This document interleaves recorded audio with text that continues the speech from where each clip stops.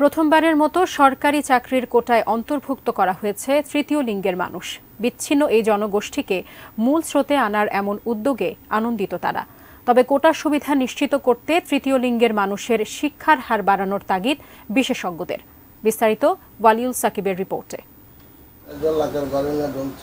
উচ্চশিক্ষার স্বপ্ন ছিল লিমার, তবে সমাজের চাপে পরিবার থেকে আলাদা হওয়ার পর আর পেরোতে পারেননি স্কুলের গণ্ডি। এনজিও কর্মী জোনাকি লিমার মতো থমকে না গিয়ে সমাজের সঙ্গে লড়াই করে হয়েছেন উচ্চশিক্ষিত, তবে চাকরির লড়াইয়ে ঠিকই হার মানতে হয়েছে তাকে। গেল বুধবার প্রথমবারের মতো সরকারি চাকরির কোটায় অন্তর্ভুক্ত করা হলো তৃতীয় লিঙ্গের মানুষ।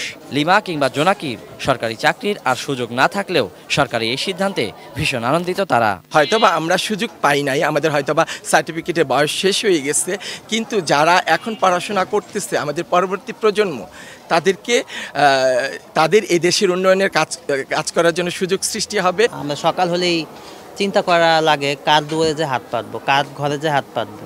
আমরা হচ্ছে একটা সমাজের মতো 5টা মানুষের মতো বেঁচে থাকতে চাই। মানুষের ঘৃণা, অপবাদ, লাঞ্ছনা এগুলো আমাদের সহ্য হয় না। যখন এটা অন্তর্ভুক্ত হয়েছে কোটা, তখন আমার বিশ্বাস আছে যে আমরা এত দূর আসতে পারছি, এই পর্যন্ত আসছি, কিন্তু আমাদের সামনের ভবিষ্যৎটা ভালোই হবে, খারাপ হবে না যদি আমাদেরকে সবাই সহযোগিতা করে।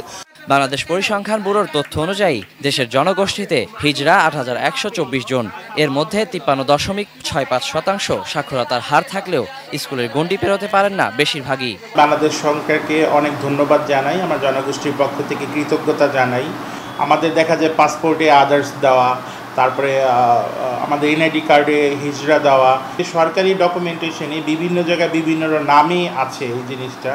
এই নামগুলোকে কিভাবে একটা জায়গায় নিয়ে আসা যায় এবং একটা বৃহৎ জনগোষ্ঠী যেন এখানে অন্তর্ভুক্ত হওয়া যায়, আমি মনে করি এটা নিয়ে সরকারের পলিসি মেকিং পর্যায়ে আরও অনেক কাজ করতে হবে। কোটা বাস্তবায়নের আগে প্রয়োজন তৃতীয় লিঙ্গের মানুষকে শিক্ষার মূল স্রোতে আনা। সামাজিকভাবে মনোভাব পরিবর্তনের তাগিদও দেন ঢাকা বিশ্ববিদ্যালয়ের এই শিক্ষক।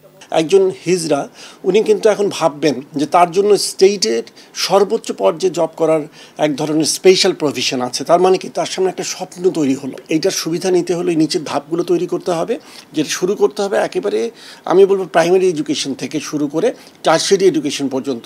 সরকারি চাকরির পাশাপাশি বেসরকারি ক্ষেত্রেও তৃতীয় লিঙ্গের মানুষের অন্তর্ভুক্তির দাবি সংশ্লিষ্টদের। ওয়ালিউল সাকিব, এটিএন নিউজ, ঢাকা।